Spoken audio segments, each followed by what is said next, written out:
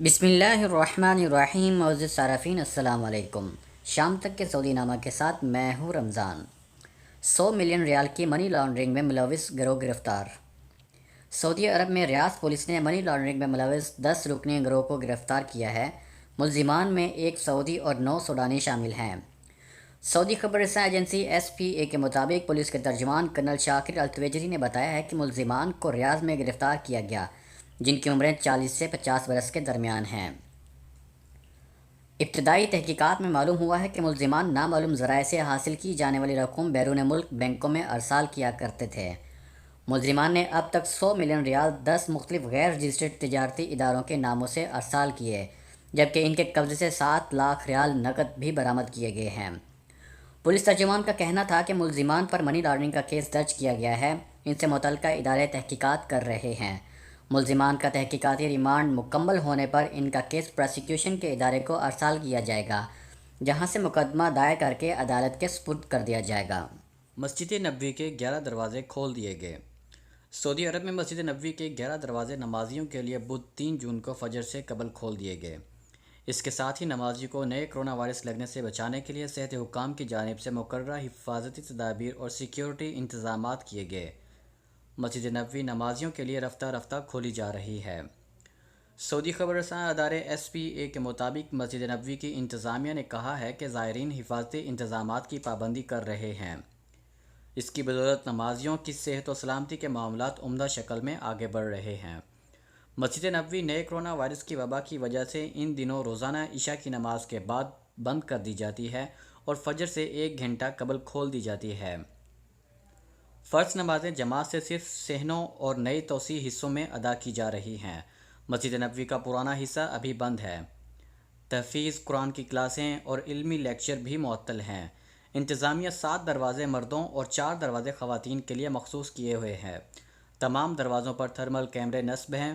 نمازی گنجائش سے 40% کی حد تک ہی گروپوں کی صورت میں اندر بھیجے جا رہے ہیں۔ مسجد کے تمام قالین اٹھا دیے گئے ہیں۔ نمازیں فرش پر ادا کی جا رہی ہیں۔ مسجد نبوی میں بچوں کا داخلہ منع ہے۔ مسجد اور صحنوں میں افطار دسترخوان لگانے کی بھی اجازت نہیں۔ آب زمزم کے کولرز بھی ہٹا دیے گئے ہیں۔ پارکنگ 50% تک ہی کھولی گئی ہے۔ گاڑیاں پارک کرنے والے اسمارٹ فون ایپلیکیشن کے ذریعے پارکنگ فیس ادا کر رہے ہیں۔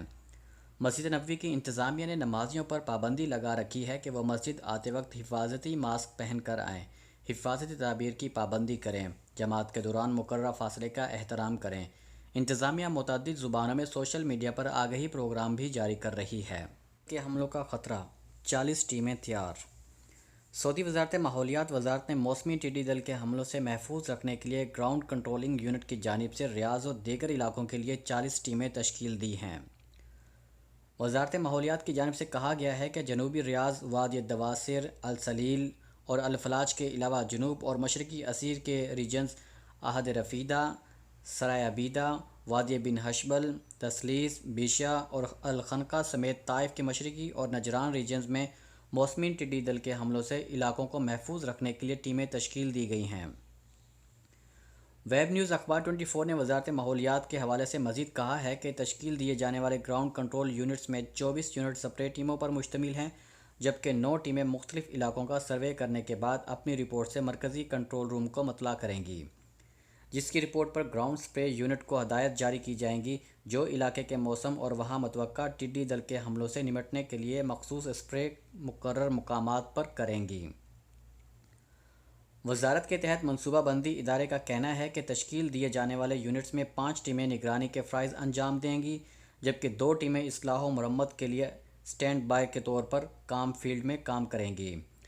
وزارت ماحولیات نے متوقع ٹڈی دل حملوں سے حفاظت کے لیے 15,000 مکعب لیٹر مواد کا ذخیرہ بھی حاصل کر لیا ہے، جو سپرے ٹیموں میں تقسیم کیا جائے گا تاکہ مقررہ مقامات پر اسپرے کیا جا سکے۔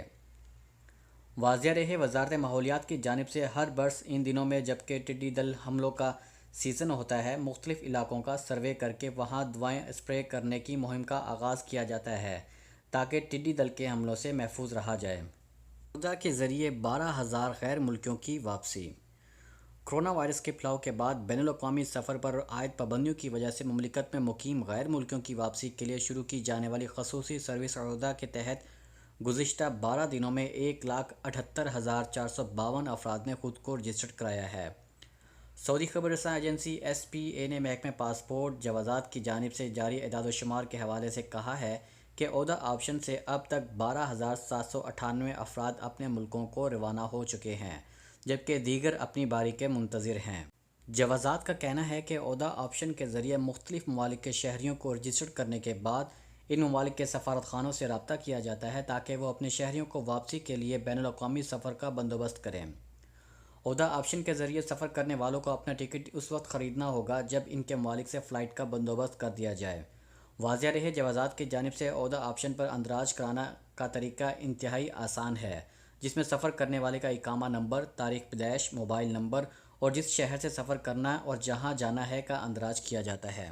جدہ میں ماسک نہ پہننے والوں پر کارروائی۔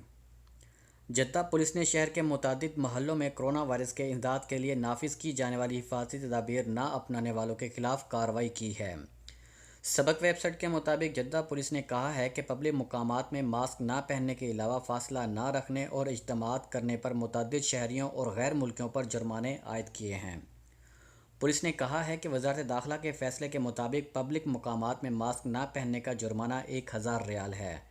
کرونا وائرس کے احاطے کے لیے حفاظتی تدابیر پر عمل کروانا انتہائی ضروری ہے۔ خلاف ورزی پر کسی قسم کی رعایت نہیں ہوگی۔ 17 سالہ سعودی لڑکی فلم میک اپ میں مہارت۔ 17 سالہ سعودی لڑکی نے فلم میک اپ میں غیر معمولی مہارت حاصل کر لی ہے۔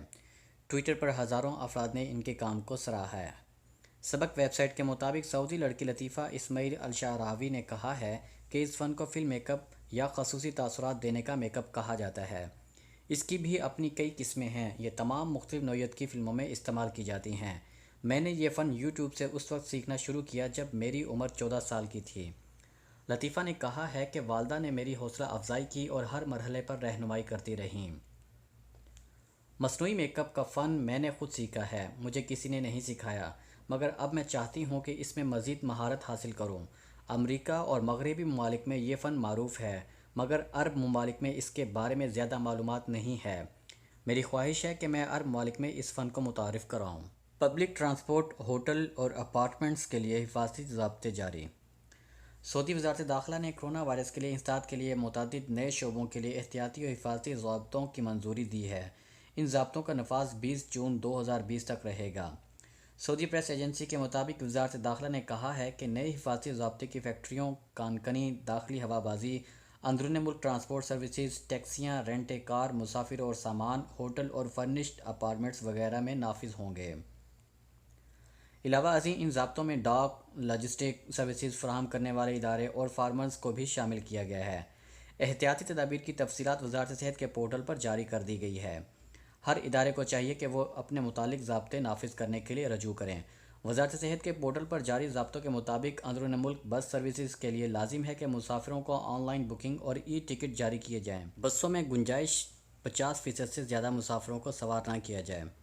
سفر کے دوران ڈرائیور سمیت تمام مسافر ماسک پہننے کے پابند ہوں گے۔ ٹیکسیوں میں مسافر پچھلی سیٹ میں بیٹھنے کے پابند ہیں۔ ڈرائیور کے ساتھ والی نشست پر بیٹھنا منع ہے۔ ڈرائیور اور مسافر دونوں ماسک پہنے رکھیں گے۔ سعودی عرب میں سیاحت کب بحال ہوگی؟ سعودی وزارت سیاحت کا کہنا ہے کہ جولائی 2020 تک داخلی سیاحت کے حوالے سے ماحول بحال ہو سکے گا۔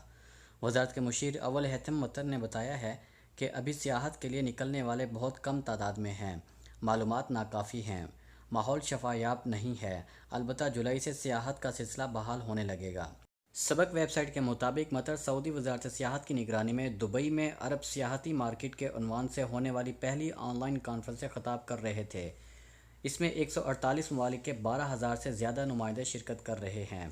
مطر نے کہا ہے کہ بیشتر حکومتیں اپنے یہاں سماجی فاصلے کا اصول شدت سے لاگو کیے ہوئے ہے۔